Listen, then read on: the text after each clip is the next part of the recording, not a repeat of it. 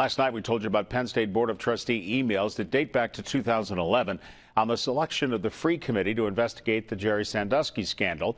Another issue that's emerged since then are proposals to change the size and structure of the trustee board.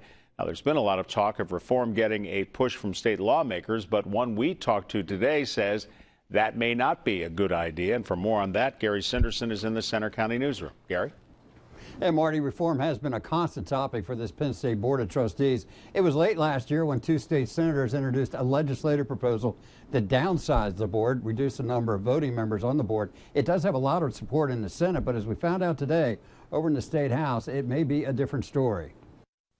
Backers of the legislative reform proposal that would reduce the number of voting trustee members say a smaller board would be more engaged. It's an important beginning.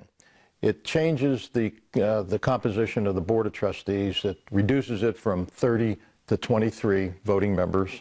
It provides the way it's done. It does it in a fair way. Close to 40 state senators have signed on as co-sponsors for the reform measure, but in the State House, previous trustee reform proposals have stalled.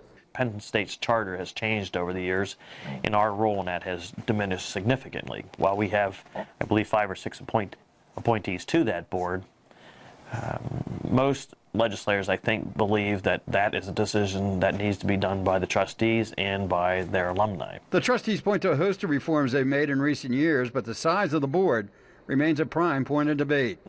I don't think everyone's going to be totally happy. I think you could cut the board in half, and somebody's going to want to cut it in half again. Some want more student appointees.